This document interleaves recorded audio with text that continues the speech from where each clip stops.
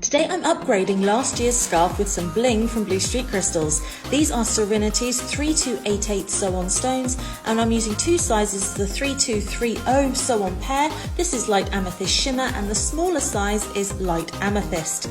All of these colours are going to work together and complement the scarf, as well as the thread that we're using. Only cut off as much as you need, and I always use a needle threader when threading my needle, because life is just too short to be fighting with thread your whole life. Once everything is ready, you can start figuring out the layout of the design of your crystals. And once you're happy with the placement and spacing of everything, you can get in there with your gem tack glue.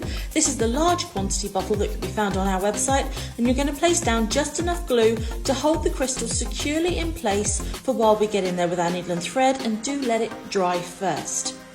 I recommend threading the needle in behind the stones and securing it, and doing each stone individually, then tie off and start fresh on the next stone so that it's as secure as it can possibly be. And when you're done, you will think that recycling and upcycling has never looked so good.